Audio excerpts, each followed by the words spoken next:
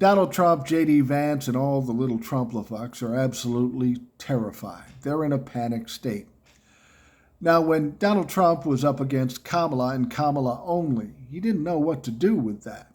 He tried the race card, he tried the gender card, none of that worked. And then all of a sudden, up jumped Tim Walz as the VP nominee for Kamala Harris. Now, this one really befuddled them. Here's a old white guy. He's smart, he's articulate, he's funny, he has some integrity, he's a decent man.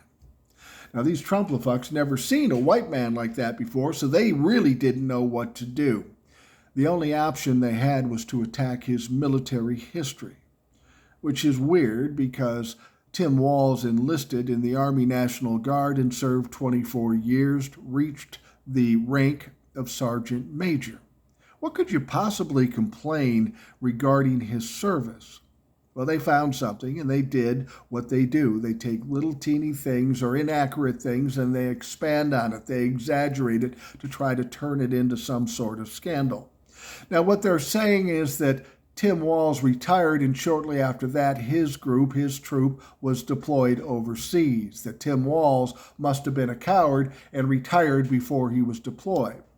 Now, if you watch TikTok, there's a lot of military folks out here saying, well, that's absolutely bullshit. If you're going to retire, you've got to make plans to do that a year in advance, which is what Tim Walz did. So the fact that it timed out that way, either fortunate or unfortunate, depends on how you look at it, but it had nothing to do with Tim Walz being cowardly like they would suggest. And here's the most fucked up thing about it. Here are these people talking shit about somebody who spent time in the military, served their time, did everything they were asked to do. And these fucks.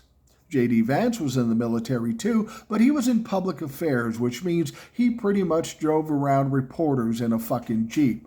Tell us about your war stories, J.D. Vance. And Donald fucking Trump? Didn't he dodge the draft multiple times during Vietnam? How dare you motherfuckers go after Tim Walz when you're such cowardly chicken shit pieces of shit?